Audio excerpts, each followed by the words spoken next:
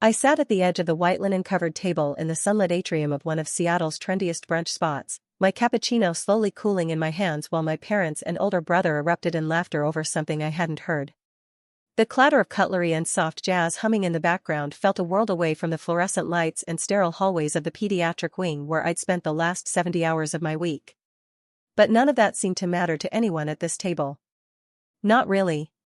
Tyler was already halfway through describing his latest real estate flip, something about a 3-bedroom house in Queen and that he got below market value and managed to sell after 6 weeks for nearly double the price. I didn't catch all the numbers, but I didn't have to.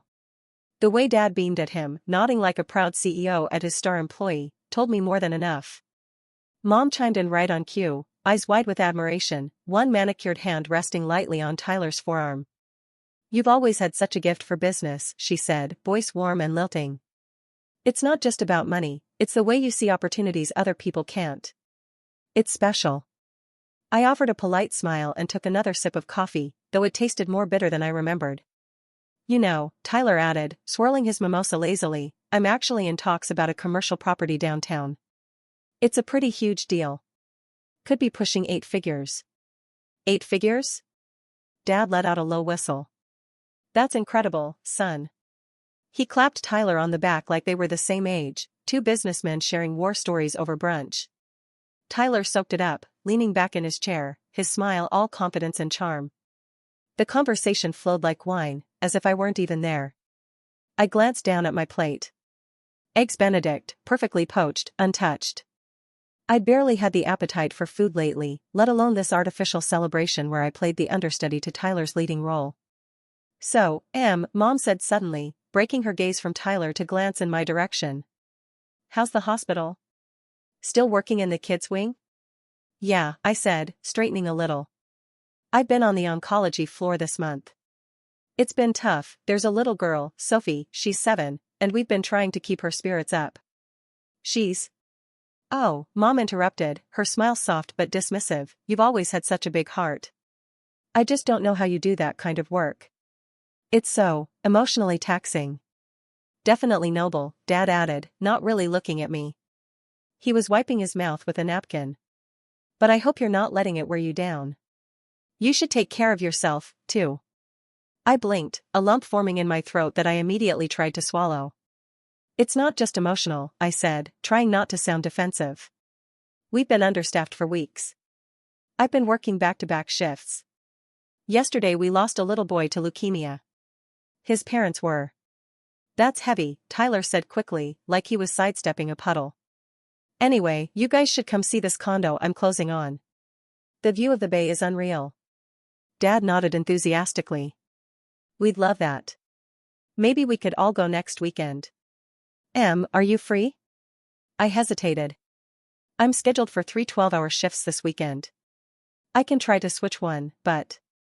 "Maybe next time, then," Mom said before I could finish. "Work always keeps you so busy." It wasn't just the words. It was the tone. The way they said work like it was a minor inconvenience, a cute little side project I did to keep busy while Tyler reshaped the skyline and their expectations. I wasn't jealous. At least, I didn't think I was. It was something deeper than that. A quiet ache in my chest that came from years of being the second thought, the background noise to Tyler's highlight reel. I saved lives. I held the hands of dying children. I calmed screaming parents and slept in my car between shifts. But none of that seemed to hold a candle to square footage and profit margins. "You should consider getting into real estate," Tyler said, chuckling. "You're smart. You could make a killing." I forced a laugh. "Thanks, but I think I'll stick with nursing. Someone's got to keep the kids alive while you sell their future homes." There was a short silence. Not awkward, just cool. Tyler didn't take it personally, but I could tell he wasn't used to being challenged. He just smiled and took another sip of his drink. Brunch continued, a carousel of compliments and casual plans I wasn't included in. I kept trying to bring up stories from work, funny moments with toddlers, a touching letter from a patient's parents, a successful emergency intervention I helped lead, but each one was met with vague nods and swift redirects back to Tyler's latest ventures. By the time the check came, which Tyler insisted on grabbing because business is booming, I felt like a ghost at my own family table. No one noticed I hadn't eaten. No one asked how I was really doing. We stood to leave, sunlight still streaming in through the tall windows, the kind of golden November morning that should have felt beautiful. But all I felt was small. Not unimportant. Just invisible. Outside, Mom kissed my cheek and told me I looked tired. Dad hugged me one-armed while already talking to Tyler about interest rates. And Tyler? He smiled at me like he was proud I'd made it to brunch, like I was a kid who'd finished her chores. Hang in there, Em, he said as he slid on his sunglasses. What you do matters. Even if it doesn't pay the bills. And then they were gone, walking down the street like a perfect little trio, while I stood alone on the sidewalk, wondering why saving lives never seemed to be enough. I don't know what possessed me to try again, to speak into the tide of their conversation, but as the waiter cleared the plates and brought another round of drinks, mimosas for them, black coffee for me, I mentioned the case that had been haunting me for the past few days. I hadn't even meant to bring it up. The words just slipped out, probably because I needed someone, anyone, to understand what I'd been carrying around since Tuesday. There was this boy, Mateo, I said quietly, my fingers tightening slightly around the warm ceramic of my mug. He was 6. We'd been trying everything, new chemo protocol, blood transfusions, palliative therapy, but by the end of last week, his kidneys were starting to fail, and the team had to make the call. His mom held him until the very last breath. She didn't let go for hours. She just kept whispering to him, telling him he could rest now. I hadn't even finished before I heard Tyler snort, not loudly, but enough to stop the tiny thread of my words in its tracks. Jesus, Em, he said, eyebrows raised in mock astonishment. Way to bring the mood down. We're at brunch, not a funeral.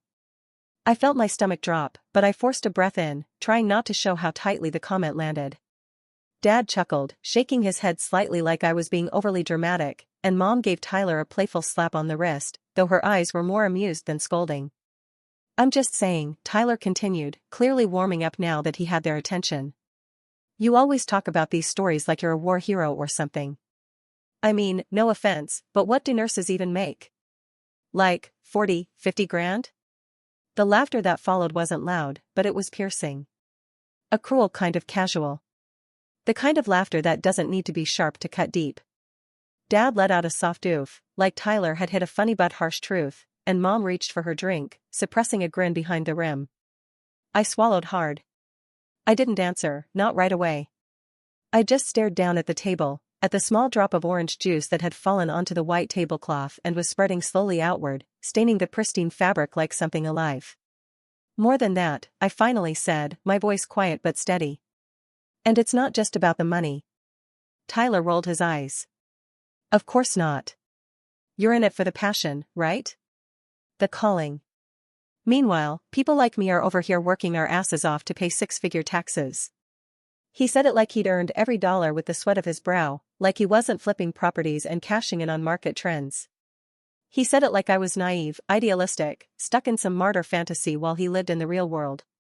You know, Tyler, I said, trying to keep the sharpness out of my voice and mostly failing, some people do jobs that help other people, not just themselves. Sure, he replied easily, waving a hand. It's cute.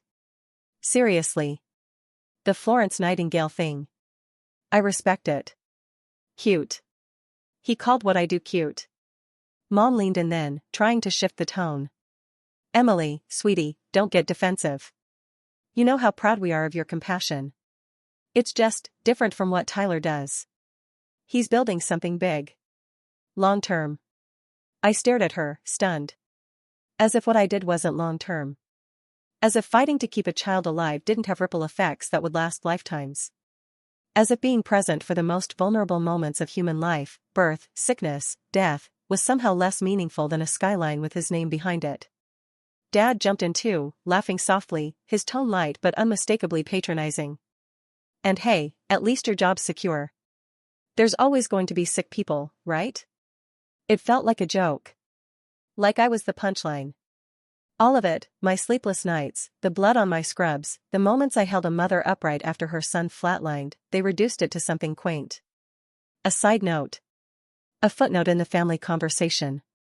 I wanted to scream, but all I could do was press my thumb hard against the edge of the table and focus on the pain blooming in the joint. It helped. Slightly. Tyler leaned back in his chair again, content now that he'd reclaimed the spotlight. Anyway, not everyone's cut out for real money. It's not a bad thing. The world needs all kinds. He said it with the same tone someone might use to talk about sanitation workers or the guy who refills vending machines. Necessary, but invisible. Replaceable. Forgettable.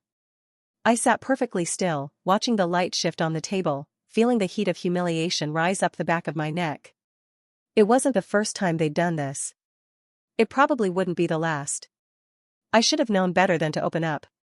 To expect anything different. But some part of me, some stupid, hopeful part, had thought maybe they'd hear me. That maybe this time, they'd see me. Not as some well-meaning afterthought, but as someone who mattered. But I was wrong. Again.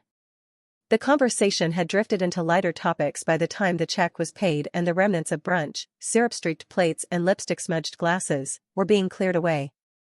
I was just beginning to think I could make it out of this family gathering without any further emotional bruising when Mom's voice took on that particular sing-song tone she used whenever she was about to say something she knew wouldn't sit well.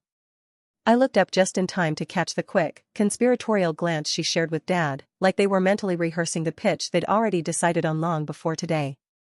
So, she began, folding her hands on the table and leaning in with the kind of forced enthusiasm that always made me feel like a child being offered something sugary right before a shot. We have some exciting news. I didn't respond immediately. Tyler perked up, clearly already in on whatever it was, and Dad gave me a smile that didn't quite reach his eyes. We're going to Maui, Mom continued, stretching the syllables like she was unveiling a grand prize on a game show. 2 full weeks. Oceanfront villa, private chef, snorkeling tours, the whole thing. I blinked, caught off guard. That sounds amazing, I said slowly, though the words felt clunky in my mouth. When are you going? In January, Dad answered, resting both elbows on the table now, as if the timeline was the most important part. Right after New Year's. The weather will be perfect. I nodded once, unsure of where this was going. I didn't ask if I was invited. The dynamic at this table had long taught me not to assume inclusion in anything that didn't already have Tyler's fingerprints on it. But then Mom reached into her bag, pulled out a slim, white folder, and slid it across the table toward me. I opened it slowly. Inside was an itinerary, typed, color-coded, complete with photos of the villa, flight schedules, and a budget breakdown that made my stomach clench. The total cost at the bottom was circled in pink highlighter, $13,782.44. My eyes stayed on the number as my brain tried to reconcile what I was looking at. Before I could say anything, Mom jumped in again, her voice syrupy sweet. We thought it would be such a beautiful gesture, darling, she said, her eyes locked on mine. Something you could do to show appreciation. For everything we've done for you. Dad nodded, adding, a thank you, of sorts. For raising you, supporting you through school, being there all these years. I stared at them, mouth slightly open, heartbeat slowing to something dense and heavy. You want me to pay for the trip, I said, the words flat in my throat. Well, Mom said, blinking, yes. But it's not like you're just paying for us. You'd be covering the whole experience, for all of us. That includes Tyler and Allison too. Wait, I said, voice rising a notch despite my effort to keep it steady. You want me to pay for a luxury vacation? For 4 people. Including Tyler. And his fiancée. Tyler looked up from his phone, completely unbothered. She's basically family now, he said with a shrug, like that somehow justified her inclusion in the bill. And you don't have a partner, so it kind of evens out.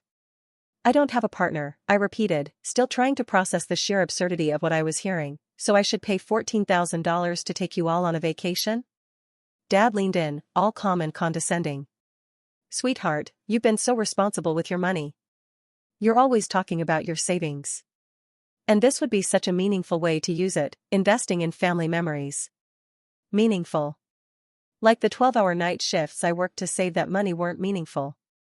Like I'd been stashing away every extra dollar just to hand it over in one generous, idiotic swoop so they could sip cocktails on a beach while I picked up extra shifts to recover from it. I'd been saving for an emergency fund, I said, my voice tightening. And to pay down my student loans. Not to bankroll your vacation. Mom's smile faltered for a split second before she pasted it back on. Honey, we just thought you'd be proud to treat us. Tyler does so much for himself. This would be your moment to give back. Give back? I repeated. My palms had gone clammy. You mean like the way I work 70-hour weeks helping dying kids while you mock my salary at brunch? That kind of give back? Tyler let out a low whistle, still amused. Jesus, relax. It's just money. Exactly, Dad said. It's not like we're asking you to take out a loan or anything.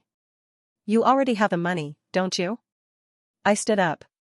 I don't remember deciding to, but suddenly I was on my feet, the folder still open in front of me, the pink highlighter mocking me from the bottom of the page. I looked at all three of them, my mother's polished composure, my father's patronizing calm, Tyler's smug detachment, and I felt something inside me harden. Something cold and old and tired. I'm not paying for your vacation, I said, clear and quiet. And I can't believe you thought I would. There was a silence, brief but dense. Mom reached for my hand, but I stepped back. Emily, don't overreact. We just thought. You didn't think, I said. You decided. You assumed. Like you always do. And then I walked out, the sound of my boots on the tile floor loud in my ears, my heart pounding with something that felt like a mix of rage and freedom. The sun outside was blinding, and the air was cold, but I kept walking, away from the brunch spot, away from the highlighter-circled insult, and away from the people who couldn't see me as anything but a wallet with a stethoscope. The first text came less than an hour after I got home, before I'd even taken off my shoes or scrubbed off the hospital smell that still lingered on my scrubs from the night before. I didn't answer it. I told myself they just needed time to cool off, that maybe by morning we'd all pretend the Maui conversation had never happened. But by the next day, my phone was buzzing so constantly I had to turn it face down on the counter just to breathe. At first, the messages sounded almost polite, like my parents were trying to frame the whole thing as a silly misunderstanding. My mom wrote that they hadn't meant to overwhelm me, that of course they understood I was under a lot of stress from work, and maybe I just needed to reconsider the offer with a calmer mind. She called it an offer, as if they were giving me something rather than asking me to drain my entire savings. Then she wrote that the villa had already been tentatively reserved and the flights were locked in, which made it feel less like a suggestion and more like a bill they'd already decided I was responsible for. When I didn't reply, the tone shifted. My dad chimed in the next morning with a long message about how much they'd sacrificed for me growing up, the soccer practices they drove me to, the school trips they paid for, the piano lessons I quit after 2 months. He listed every minor parental obligation like it was a financial investment I had failed to repay with interest. He ended by saying it would mean the world if I could show some gratitude while they were still young enough to enjoy life. The implication was clear: pay for the trip or you're a bad daughter.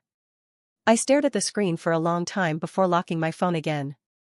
Tyler didn't bother with the guilt. He went straight for the jugular. His first text just said, "Wow. Really?" His second one called me dramatic. Then selfish. Then useless. I read them in the staff break room between vital checks, my hands still smelling faintly of antiseptic. He sent another message hours later: "You're acting like 14 grand is a life sentence. Maybe if you'd chosen a real career, you wouldn't be whining right now." I didn't reply, but my fingers trembled so hard I had to set the phone down before I dropped it. By Wednesday, the calls started. Mom called 5 times in a row while I was on shift, and when I finally picked up during a 10-minute break, her voice was already shaky with manufactured hurt. She said she didn't understand why I was being so cruel, why I was punishing them for wanting to spend time together as a family. She said she'd bragged to her friends about the trip and now she'd have to explain why it was falling apart. She kept talking over me whenever I tried to speak, her voice rising higher and higher, a trembling blend of disappointment and martyrdom that I knew far too well. When I finally said I had to get back to work because a patient needed medication, she sighed dramatically and told me she hoped I would find it in my heart to do the right thing. Then she hung up without saying goodbye. Dad called later that evening. His message was calmer but colder. He said he was deeply disappointed in the way I'd handled myself at brunch, that I'd embarrassed the family by storming out. He said I was making a mountain out of a molehill, that they weren't asking me to do anything unreasonable, and that family should always come first. He told me I had until Friday to sort things out and step up. He said it like I was a delinquent employee who had missed too many deadlines.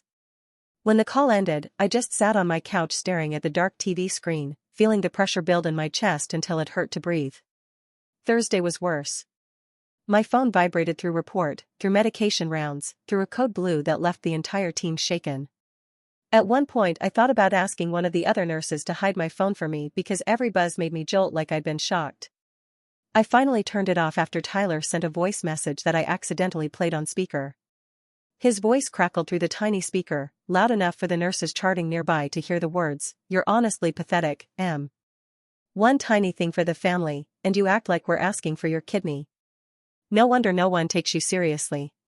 I felt my face burn so hot I thought I might faint.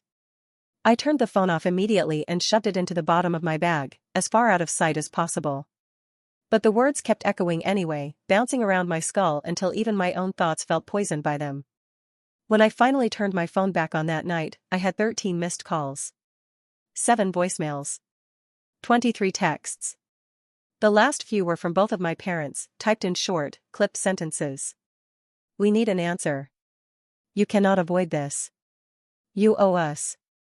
Friday is the deadline. We will remember this." That one, "We will remember this," sat at the bottom of the screen like a threat dipped in sugar. I stared at it for a long time, feeling a cold heaviness settle in my stomach, the kind that made it hard to swallow. I knew they meant it. I knew that in their minds, love wasn't unconditional, it was a currency. And the bill had finally come due. What hollowed me out the most wasn't even the money, it was how little they saw me. How quickly compassion turned into expectation, how easily expectation became entitlement, and how fast entitlement transformed into punishment the moment I said no. In their eyes, I wasn't a daughter or a sister. I wasn't a nurse working myself past exhaustion to keep sick children alive. I was a resource.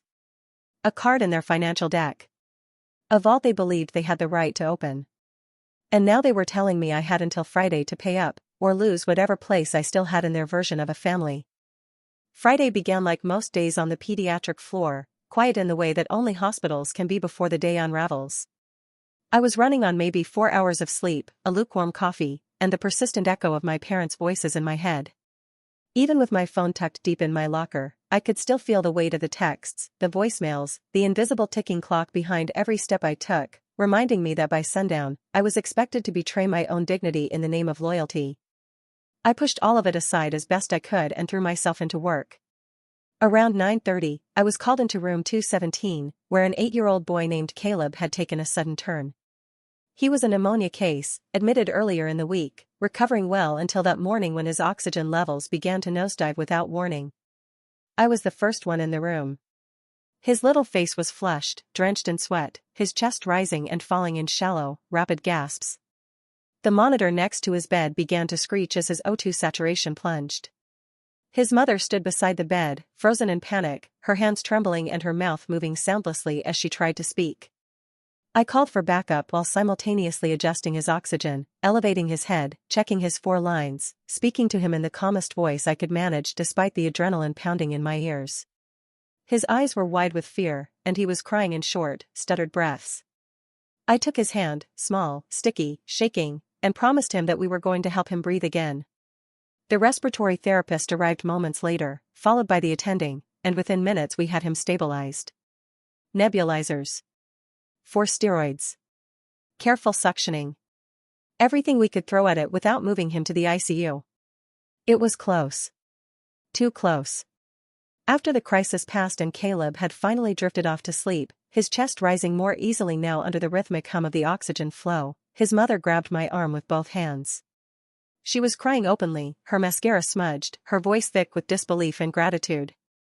"You're an angel," she said, voice cracking. "I mean it. I watched you, Anne. I don't know how you did it. You saved my son's life." I told her I was just doing my job, that it was a team effort, that we were lucky to catch it in time. But her words stayed with me. Not because I believed I was an angel, I didn't.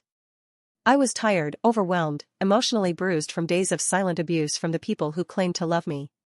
But something shifted in me in that moment. It wasn't dramatic, not a thunderbolt or a revelation.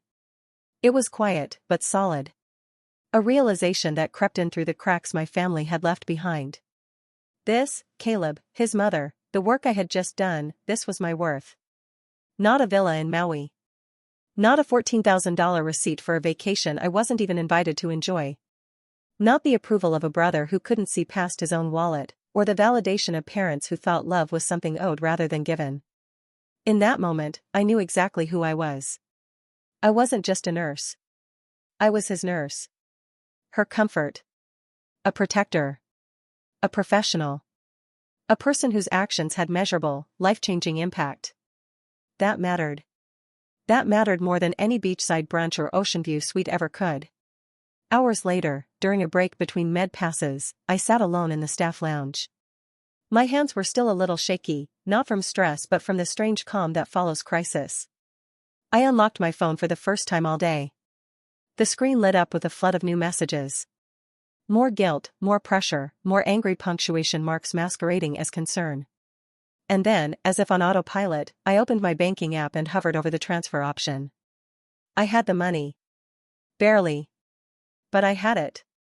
It was the sum of every skipped vacation, every overtime shift, every extra shift I'd picked up when a coworker called in sick. It had taken me 3 years to build that balance. I looked at the number on the screen, $14,088.27, and thought about what it had cost me to get there. Not just time and effort, but missed birthdays, canceled dates, nights I came home too exhausted to eat. Every cent in that account had weight. And meaning. I started typing in the amount. 14,000. My thumb hovered over the confirm button. A single tap. That's all it would take to make the noise stop. The demands. The disappointment. The threat of being remembered for not being good enough. One tap, and they'd get what they wanted, and maybe they'd even leave me alone for a while. One tap, and I'd lose something I couldn't get back. I didn't move.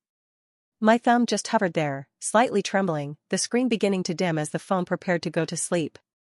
I stared at it like I was staring into a mirror, seeing myself clearly for the first time in days. I wasn't being asked to give a gift. I was being asked to erase myself. My effort. My boundaries. My value. The screen went black, and I let it.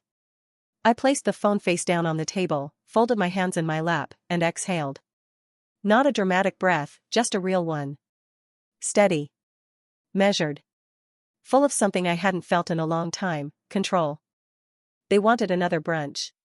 That was the word Mom used when she texted me late Thursday night, let's all reset. Just brunch. No pressure. Just talk. I almost didn't respond, but something about the way she said reset made my jaw tighten. I knew what it meant. It wasn't an invitation. It was a summons. One last staged performance to wring the money out of me before the deadline passed. But I agreed, because part of me needed to see them again. Needed to say what had been burning inside me all week. We met at the same place as before, glass walls, linen napkins, the kind of place where everyone speaks in polite murmurs and the food is plated like sculpture. I arrived first, for once. I wanted to be calm. Not late. Not rushed. I wanted to sit in that chair and choose to be there, not feel dragged into it.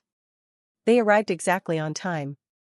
Tyler wearing a jacket like he just stepped out of a catalog, Dad with his usual air of executive importance, Mom wrapped in a shawl that probably cost more than one of my paychecks. They kissed my cheek like nothing had happened. I nodded, silent, and sat back down. The waitress came and went. Orders were taken. And then, as I expected, the niceties died off, and Dad cleared his throat like he was about to open a board meeting. We know it's been a stressful week, he said, looking at me in that deliberately composed way he used when trying to appear calm but persuasive. But we really want to move forward with this trip. The villa's filling up. It's now or never. We just need to know what you've decided, Mom added quickly, her voice light, almost hopeful, like I might pull out a checkbook and give them the happy ending they were angling for. Tyler didn't say anything yet. He just stared at me with that knowing smirk he always wore when he thought he was in control of the room. I took out my phone. Quietly. Deliberately. I opened the banking app in front of him. The $14,000 transfer was still in draft form. One click away. Before I answer, I said, setting the phone down between us on the table, I have a question. They all looked at me, slightly confused, maybe even a little wary. How much did you give Tyler for his MBA? I asked, looking directly at my father. He blinked. What? His MBA, I repeated. At Stanford. You paid for all of it, right? I mean, yes. That was an investment. How much? I don't remember the exact amount. $82,000, I said. Plus living expenses. You sent him $2,000 a month for almost 2 years. That's another $48,000. Mom shifted uncomfortably. Emily, this isn't. And the Audi? I continued, not raising my voice. Just listing the facts. The one he got for graduation. Fully paid. I checked. 43 grand, right? It was a gift, Dad said, a little sharper now. Then the down payment for his first condo. That was 75,000. And the business investment, your loan for his property fund startup, what was that? 50? No, that was different, Mom said, shaking her head. That was. I just want to understand, I said, still calm. Because when I was 19 and had to take out student loans, you said it would build character. When my car broke down last year, I used my emergency savings to fix it while Tyler was on a yacht in Miami. I've never asked you for a dime. I looked at each of them in turn. Not for school. Not for rent. Not for vacations. Not once. I've worked every year since I was 17. I've lived paycheck to paycheck, worked holidays, overnights, doubles, while Tyler has coasted through life with your money like a parachute strapped to his back. Tyler rolled his eyes. Jesus, Em, is this a sob story or? And now, I said over him, voice still low but steady, you want me to empty the only savings I've ever managed to build, just to give you a vacation you feel entitled to. And when I said no, you called me selfish. Useless. Ungrateful. No one spoke. The table had gone silent except for the faint clink of cutlery and distant conversation from the next table over. I picked up my phone again, hovered my thumb over the transfer. Here's what I decided. I pressed one button. Not send. Cancel. The app blinked once and then cleared the transaction. The money was safe. Still mine. I set the phone down again and looked at them. You made it very clear this week what I'm worth to you. And it's not the $14,000. It's obedience. It's silence. It's pretending that all the years I carried my own weight didn't matter because Tyler's show is the only one you care to watch. Mom's eyes were wide now, her lips parted slightly in disbelief. Dad looked like he might say something, but no words came. Tyler sat back, arms folded, jaw clenched, the smirk gone. I'm not paying for your trip, I said, voice quiet. Not now. Not ever. I stood. Slowly. Smoothed out my coat. Reached for my bag. Mom spoke first. Emily, you're making a big mistake. You don't want this to be how we remember you. I looked at her for a long moment. Then I said, just as calmly, I hope you do remember this. Because I certainly will. And then I walked out. I hadn't even taken 2 full steps away from the table when my father's voice cut through the restaurant like a blade, sharp and loud enough to silence a nearby table. You're unbelievable, he barked, his voice no longer restrained by the polished tones he used for brunch settings and business dinners. After everything we've done for you, this is how you repay us? You are the most selfish, ungrateful child I have ever known. I turned halfway, not because I wanted to respond, but because it startled me. The entire restaurant had quieted. Heads were turning. Conversation slowed. My face burned, but not from shame, just the sheer disbelief of how easily he discarded decades of parenthood the moment I asserted myself. My mother stood too. She was trembling, not with sadness but with rage that was so tightly wound it practically vibrated through her voice. You are dead to us, she said through clenched teeth, her voice louder than I'd ever heard it, flat and final like she'd rehearsed it in her head before she said it aloud. Don't call. Don't come to Christmas. Don't expect another ounce of love after this stunt. My stomach turned, not from guilt, but from how rehearsed it all felt, how quickly they reached for exile the moment I stopped performing. Tyler didn't stand, he didn't need to.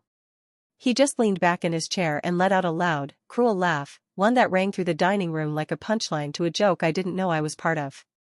Well, he said, loud enough for at least 3 tables to hear, at least now we know why she doesn't have anyone in her life. This is what she does, burns every bridge and acts like she's the victim. A couple at a nearby table exchanged an awkward glance. Someone behind me cleared their throat. I didn't look around. I didn't give them the satisfaction. I stood there for a second, breathing, not crying, not shaking. Just breathing. The part of me that once would have tried to explain, to de-escalate, to apologize just to keep the family fabric from tearing, that part was gone. They'd torn it themselves. I picked up my phone, still warm in my hand, and scrolled to my contacts. I didn't hesitate.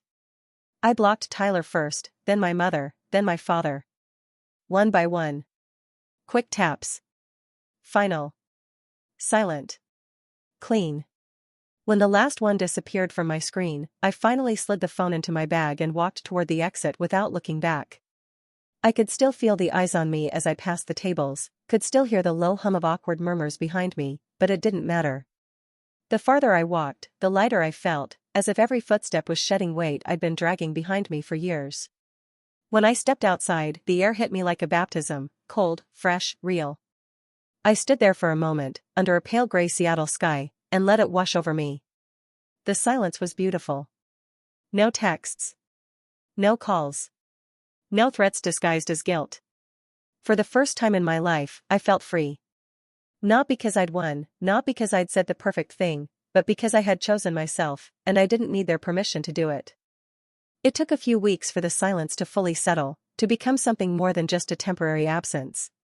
At first, I kept expecting another wave of messages, some dramatic apology or a final attempt at control disguised as reconciliation. But it never came. There was no knock at my door, no voicemail begging me to reconsider, no last-minute plea layered in guilt. Just silence. And then slowly, pieces of the aftermath began to surface, not through direct contact, but in the quiet ways information travels in shared circles and mutual acquaintances.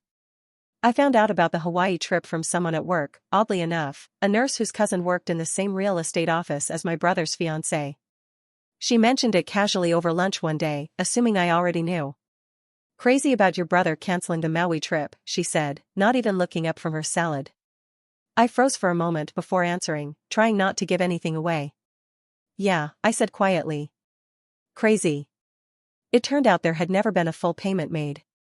No villa reservation. No flights booked. Just a deposit, non-refundable, naturally, placed on a rental property they had no actual means to pay for. I found out later that my parents had relied entirely on the assumption that I would cave.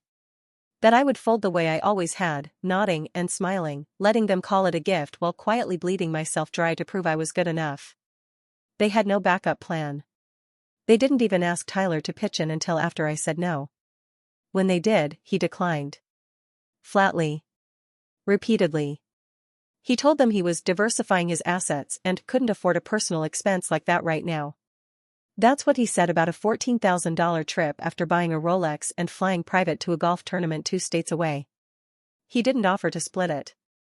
He didn't offer to help. He just said no, disappeared back into his bubble of curated success, and left them holding the mess. From what I've gathered, that was the beginning of the unraveling.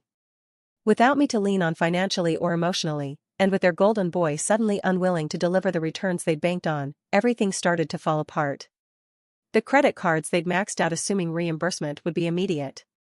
The deposit they couldn't recover. The other quiet debts they'd accumulated trying to keep up the appearance of a lifestyle that was always 2 steps beyond their actual means. Within 2 months, the house was listed. The one I grew up in, the one they used to boast about every Thanksgiving, showing off the marble counters and custom furniture like trophies. It wasn't on the market long. A friend sent me the Zillow listing and I stared at the photos for over an hour. The living room where I once set up science projects. The staircase I'd sat on during arguments, listening through the banister. All of it laid out, photographed, priced, and picked apart by strangers. They moved into a modest 2-bedroom condo on the other side of the city. Not terrible, but a steep fall from the glossy lifestyle they'd clung to for years. I didn't reach out. They didn't either. Not once. But I heard bits and pieces. The sale went through fast, the mortgage on the new place was significantly cheaper, and my mother told someone she was downsizing to simplify life, the kind of lie people tell when they're still performing even in loss. What struck me most wasn't the financial collapse. It was the fact that Tyler, their pride, their investment, their sun around which they orbited, vanished the moment they needed him. He stopped answering calls. Skipped the move. Didn't even send flowers or a check or a single show of support. He had built a life where their problems were inconvenient noise, and when their carefully crafted plan crumbled, he walked away without a scratch. Without guilt. Without the decency to look back. I thought, for a while, that knowing all this would make me feel vindicated. It didn't. Not exactly. There was no joy in their unraveling. Just clarity. A painful kind of truth I had always suspected but never fully seen until now. Their love had always been conditional. Their loyalty had always been transactional. And when the balance sheet shifted, when their favorite child turned out to be more myth than man, it all came undone. I didn't lose a family. I lost an illusion. And I gained something else: space, peace, freedom. The understanding that my worth was never something they were capable of recognizing. That realization didn't come with confetti or satisfaction. It came quietly, like a door closing behind me. Firm. Final. And, for the first time in my life, entirely mine. The message came one evening after work, long after I'd stopped expecting anyone from my family, or adjacent to it, to contact me. It was from my uncle, my dad's younger brother, the one who had always been at the periphery of family gatherings, quieter, less flashy, often traveling or tied up with work. He wasn't someone I'd ever been particularly close to, not because of any animosity, but because our interactions were always filtered through the rigid, performative structure of family events. He never said much, and when he did, it was usually overruled or talked over by my father or Tyler. So when I saw his name pop up on my screen, my first instinct was confusion, quickly followed by hesitation. But I opened the message. He started by apologizing for not reaching out sooner, saying he didn't want to interfere while everything was still raw. Then, slowly and carefully, he laid it out, that he had seen for years how I'd been treated, that it had always bothered him, the double standards, the endless praise and resources funneled into Tyler while I was left to navigate adulthood alone. He said he regretted not speaking up earlier, especially during holidays when the imbalance was so obvious it hung in the air like smoke no one acknowledged. He told me that he'd watched me hold myself together with grace and strength while my parents treated me like a backup plan, and that seeing me finally walk away was, in his words, the most courageous and necessary thing anyone in this family has done in decades. I sat on my couch rereading his words, not moving, barely breathing. I hadn't realized how much I needed to hear that from someone on the inside, someone who had witnessed the quiet damage and hadn't bought into the family's curated narrative. It wasn't dramatic, it wasn't emotional, but it was real. Someone had seen me. Someone had understood. And someone had finally said it out loud. He ended the message by saying that he hoped we could reconnect in a more honest space, away from the toxicity I had walked away from. That he admired me. That I had every right to protect myself. And that none of what happened was my fault. That message alone would have been enough to start mending something in me I didn't even realize was still raw, but then, less than a week later, I heard through a mutual friend that Tyler and his fiancée had broken up. At first, I assumed it was temporary, another flashy argument that would get swept under the rug with an overpriced dinner and a couple of apology posts on Instagram. But no, this time it was final. Apparently, the cracks started to show shortly after the Hawaii debacle. She hadn't known the full story at first. Tyler had told her that I'd backed out of a family commitment, conveniently leaving out the part where he demanded I pay for it. But slowly, the truth leaked through. Maybe it was in the way he ranted about me with disproportionate venom, or how defensive he got whenever she asked questions about the trip, the money, or my refusal. Maybe it was the entitlement in his tone, the casual way he talked about money like it was oxygen and anyone without it was suffocating because they chose to be. What I do know is that she finally saw it, the way he treated people as pawns, the absence of accountability, the way he spoke about his own family as if they were characters in a story built around him. And more than anything, she realized that what he expected from me, obedience, sacrifice, silence, would eventually be what he expected from her. That his version of love was all performance and control. And she wanted no part of it. She left. Clean break. No dramatic exit. Just gone. He didn't see it coming. He never does, because he's so used to the world bending around him that he doesn't know what it looks like when someone stands up straight and says no. When I found out, I didn't celebrate. I didn't gloat. I just sat with the quiet understanding that truth has a way of surfacing, even when it takes its time. I hadn't needed her to choose sides. I hadn't even needed her to believe me. But the fact that she saw it on her own, without my voice, without my version of the story, meant more than I could articulate. She saw it for what it was. And she walked away. In the weeks that followed, something shifted. I stopped bracing for guilt. I stopped replaying conversations in my head, wondering if I could have said something different, softer, more strategic. I stopped justifying, explaining, apologizing in the silence of my apartment. I had spent so much of my life being told that I was too sensitive, too serious, too unwilling to see the bigger picture, but what they called sensitivity was just my conscience, and what they dismissed as overreaction was my instinct telling me something was deeply wrong. I wasn't crazy. I wasn't overreacting. I wasn't the problem. I was right. And now, for the first time, I could feel it, not just in my head, but deep in my bones. The difference between being tolerated and being respected. The difference between keeping the peace and keeping your dignity. The difference between surviving your family and surviving yourself. The letter came in a plain white envelope, addressed in my mother's handwriting, the loops careful and slightly uneven the way they always were when she was trying too hard to look calm. It had no return address, but I knew immediately who it was from. For a few days, I left it unopened on my kitchen counter, unsure whether I wanted to read another version of disappointment disguised as concern, another manipulation masked as love. But eventually, one quiet morning before my shift, I sat down with my coffee, peeled the flap open slowly, and read. It wasn't an apology. Not exactly. There were no grand admissions of guilt, no poetic reflections on the hurt they'd caused. But it was something else, something that felt new, and even a little fragile. My mother had written most of it, her tone restrained but different, quieter. She acknowledged that they'd been blind to certain dynamics, that their actions may have made you feel isolated, and that they'd taken for granted the version of me they thought they understood. She wrote that it had never been their intention to hurt me, though now they could see how often they had. She mentioned Tyler, too, saying only that he was beginning to reflect on a few things, and that they were hopeful for change.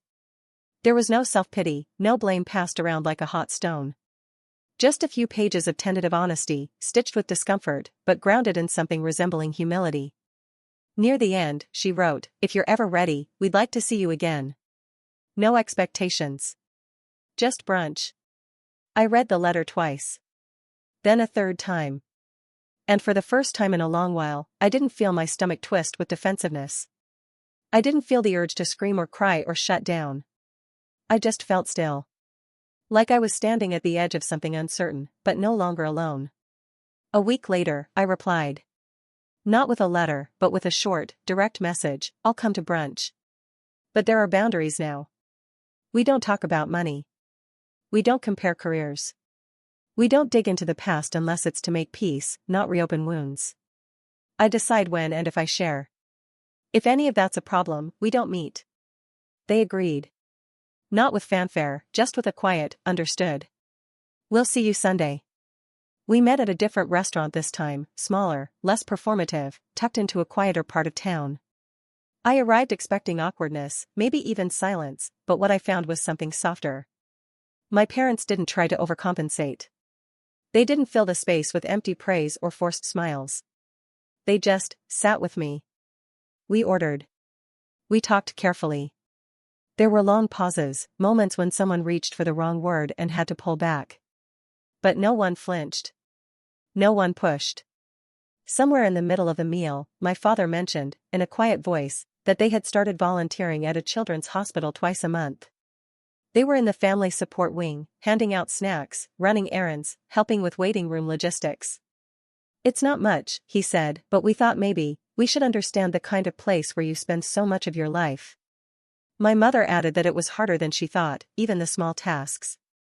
Seeing parents like that, it changes how you think. I didn't say anything right away. I just nodded. I was still learning how to receive things like that without suspicion. But I believed her. I believed both of them.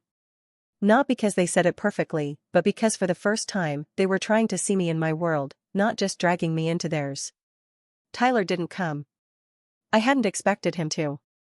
But after brunch, my mom mentioned that he'd started therapy. Voluntarily. She said that after his fiancée left, he'd hit some kind of wall.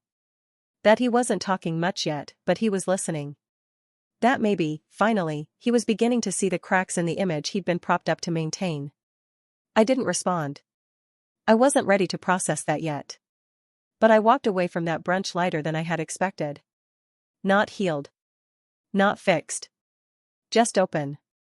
I knew better than to trust too quickly, and I wasn't interested in pretending everything was suddenly fine. But I felt something beginning to shift, not because they had forced it, but because I had stopped letting them. And now, for the first time in my life, they were meeting me where I stood. Not demanding. Not diminishing. Just showing up. Quiet. Unsteady. Trying. And for now, that was enough. It happened slowly, without ceremony, without any single moment where I could point and say, that's when it all changed. But one day, I woke up and realized the heaviness I'd been carrying for years was no longer there. Not buried. Not hidden under layers of obligation or shame. Just gone. And in its place was something I hadn't felt in a long time, peace. My life didn't become easier, at least not in the obvious ways. The hospital was still demanding. We were still short-staffed more days than not. There were still nights I came home aching, physically and emotionally, from the weight of other people's fear and grief. But there was a new clarity now, a deeper sense of knowing exactly who I was and why I did what I did.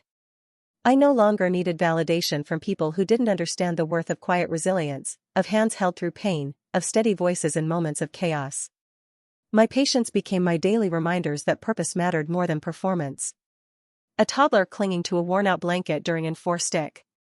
A teenager asking if I'd stay a little longer because they were scared of the machines. A mother squeezing my hand after hearing the first good news in weeks. These weren't just tasks or duties. They were human moments, and they reminded me again and again that my life wasn't small just because it didn't come with stock options or property portfolios. It was full. And real. Outside the hospital, my world gradually shifted. I started spending more time with the people who had always been in my corner, even when I hadn't noticed. The fellow nurses who checked in on me during back-to-back shifts. The barista at the cafe near the hospital who knew my order and asked about my patients like it mattered. Friends who didn't flinch when I said I was too tired to go out, who sent texts just to say, thinking of you. These became my chosen people. The family I didn't grow up with, but the one I built, slowly, intentionally, without expectations. I started saying no more often. Not in anger. Not with spite. Just calmly, without explanation. I said no to overtime when my body begged for rest. No to last-minute plans that drained me. No to the voices in my head that still sometimes whispered that I was only as good as the approval I earned. I let those whispers fade, one by one, until they no longer echoed like truths. My savings began to grow again. Each deposit into that account felt like a reclaiming of everything I had once been willing to give away to be accepted. I watched the number tick upward not with obsession, but with quiet satisfaction. It wasn't just money, it was proof. Of discipline. Of self-respect. Of finally putting myself first without feeling like it was betrayal. I walked through my apartment differently now. No longer shrinking into the corners of guilt. I played music in the mornings. I left the window open at night, letting the city sounds become background noise to my rest. I cooked more, sometimes just for myself, other times for friends.